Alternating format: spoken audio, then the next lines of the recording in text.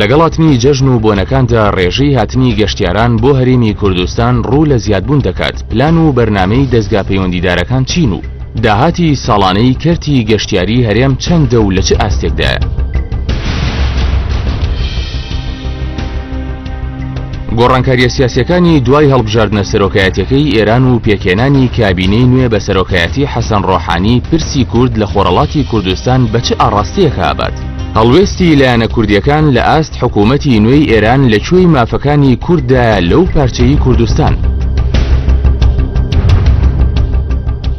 دۆخی سیاسی خۆراوەی کوردستان و ناکۆچی و پەیوەندی لایەنە کوردیەکان کاریگەری لەسەر پرسی کورد لە هەرێم و خۆراوەی کوردستان بەتایبەت لە پرسی کۆنگرەی نەتەوەیی تا چەند زیان بە خەباتی لایەنە سیاسیەکان دەگەێنێت.